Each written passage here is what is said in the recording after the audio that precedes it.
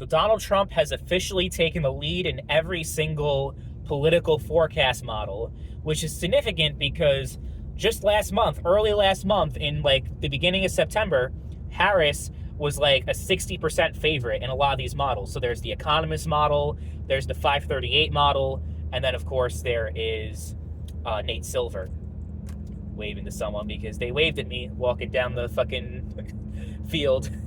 That's just what people do around here.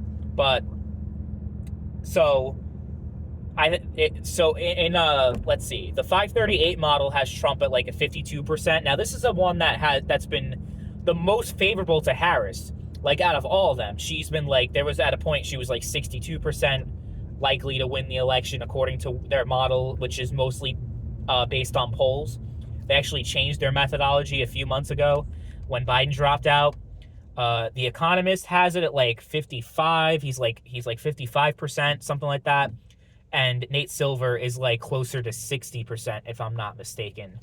And these are people, Bobby, but like that obviously do not want Trump to win, but they're based on their models, just based on the data. They think that Trump is at least a slight favorite to win this election. They say that Trump is more likely than Harris to win Pennsylvania. They don't even have Georgia as like a pure toss-up anymore. They say he has like a 65% chance of winning Georgia. So that's like in the slight red column.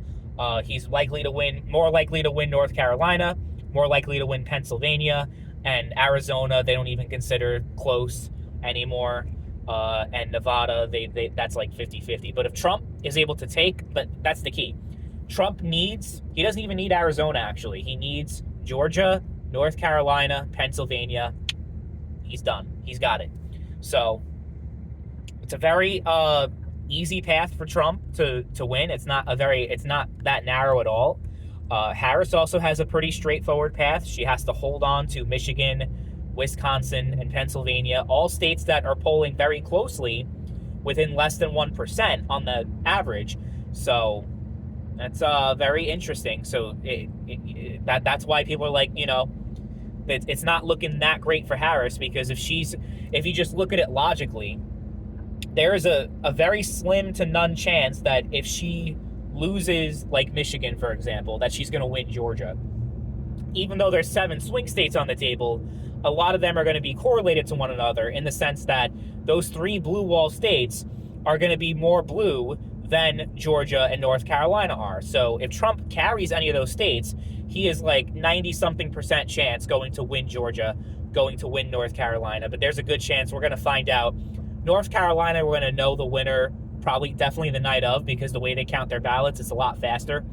So what's going to happen is if Harris somehow wins North Carolina, then I think it's pretty fair to say that she is going to be the next president. She is going to win the election, and that's going to be pretty much game, set, match. They're not going to call it for Harris, obviously, because they're still going to be counting ballots in Pennsylvania. They're still going to be counting ballots in these other states.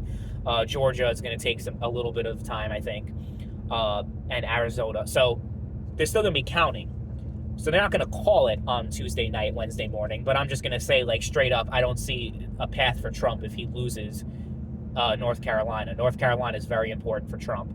Just like how Pennsylvania is very important for both. It's like pretty much the Florida of this election, because Florida is not a swing state anymore. I don't see a scenario where Harris can win Pennsylvania and then Trump can like win Michigan or something like that. Like I don't think Trump's going to get all 3. I think he's going to get 2 out of 3. So I think he's going to get Pennsylvania. I think he's going to get Wisconsin, but something tells me Harris is going to get Michigan, but Trump's going to sweep the rest. So that's how I see. That's when I made my prediction. That's what I predicted, that Trump is going to win, and how he's going to win with the Electoral College. Interestingly enough, another nice little anecdote. Harry Enton, who's the senior election analyst, whatever you want to call him. So he's pretty much like the Nate Silver for CNN. So he has a lot of models and forecasts and all these different things going on. So he actually broke down the numbers, and he said, based on the polling averages, this is the closest that the elections have ever polled, going back to 1972 at the very least. Polls before that were probably not that reliable anyway. They didn't really have many. I remember Dewey was like the strong favorite. They even printed Dewey defeats Truman in the 1940s because the poll said, So back then the polls were really bad, though. Not that the polls are going to be like 100% dead on this time around, but it's interesting to see that, yeah, this is the closest that the polls have had for any general election for president. The three closest were, the other two closest ones were 2000, based on the polls. 2000 was the second closest, and 2004 was the third closest. And that kind of adds up because both of Reagan's elections were landslides. George H.W. Bush's election was a landslide. Clinton won both terms pretty handily. Barack Obama, even though 2012 it was polling pretty close, in 2008, I don't think anyone thought John McCain really had a shot at winning. So it all makes sense that this is like going to be the closest, if not top three closest elections in modern political history. So if we have another 2000 situation in our hand, though, like, it depends. It could be close, but how the votes actually end up spreading, like with 2020, it was like a Biden blowout in terms of the popular vote, but the way the Electoral College was split up, it was only 46,000 votes between a handful of states that determined the winner. So it was actually super, super, super close because of the Electoral College.